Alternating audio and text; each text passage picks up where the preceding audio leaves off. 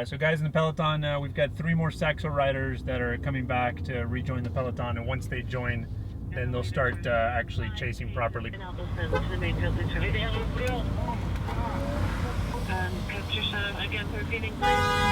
Having the ability to know what your power output is during a race is key.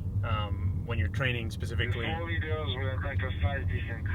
you know, it's not just that you have this magic number out there, but it's actually training with it, understanding that number, so when you're in a race situation, you can push to that edge. Because once you go past it, usually that's when the wheels start coming off the wagon.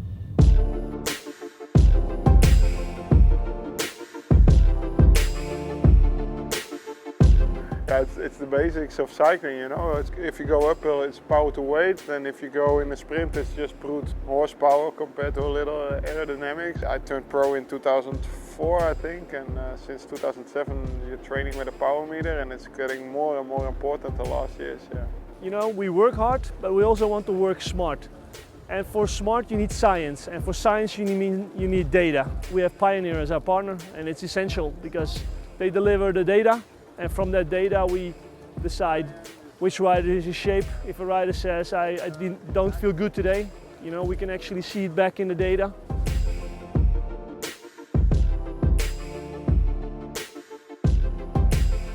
Back around 2007, 2008, inside of our car electronics R&D lab, we had a couple of very passionate cyclists. They developed a product strategy around the power meter business. We first started our business in car electronics in the late 60s. Now that posed a lot of interesting challenges because we weren't in temperature-controlled home theater room. We actually were putting electronics inside of a moving car.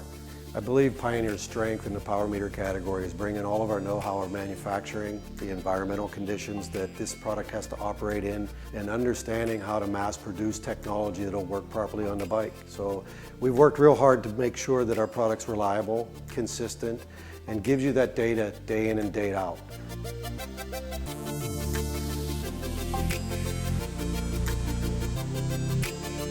Yeah, like Milan-San Remo had horrible weather.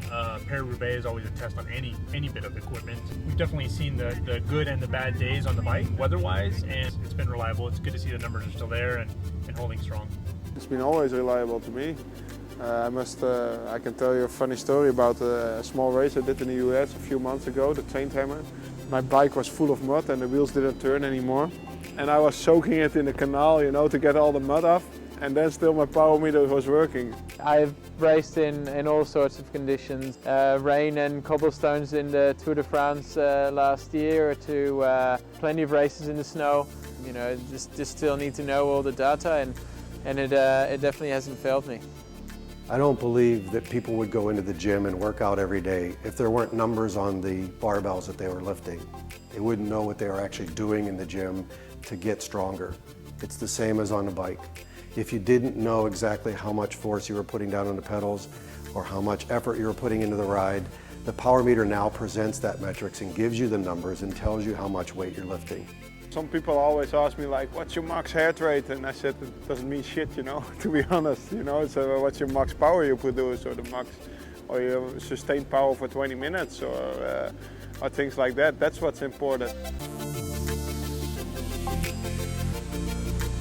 What makes Pioneer's power meter unique, our secret sauce, is basically the high definition data that we pick up. We not only pick up force that actually rotates the crank, but we pick up force in all directions. We want to know not only what's rotating it, but also what might not be rotating it or hindering the rotation of the crank. Pro riders especially had identified a couple key points that it helped them with. Number one, it might identify a bike fit issue that they had. Number two, they could actually figure out why they might not have a balanced pedaling stroke and want to correct that.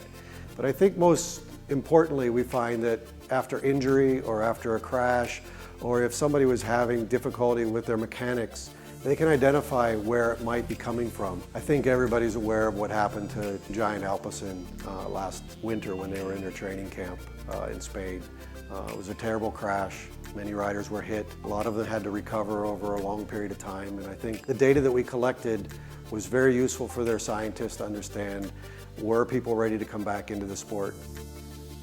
We have guys coming back from injuries. I mean, we know about the big crash. We have guys that had broken legs and they come back. And this is actually an essential tool that we can use in their recovery. rider could start out at $4.99 with a left leg power meter. Later on, as they desire more metrics or want to start seeing their pedaling balance, they can move and add the right side to the system. I think what's important now is to get power accessible to more riders. It's not just for professional riders. It's not just for riders who have coaches. Everybody can gain from this data.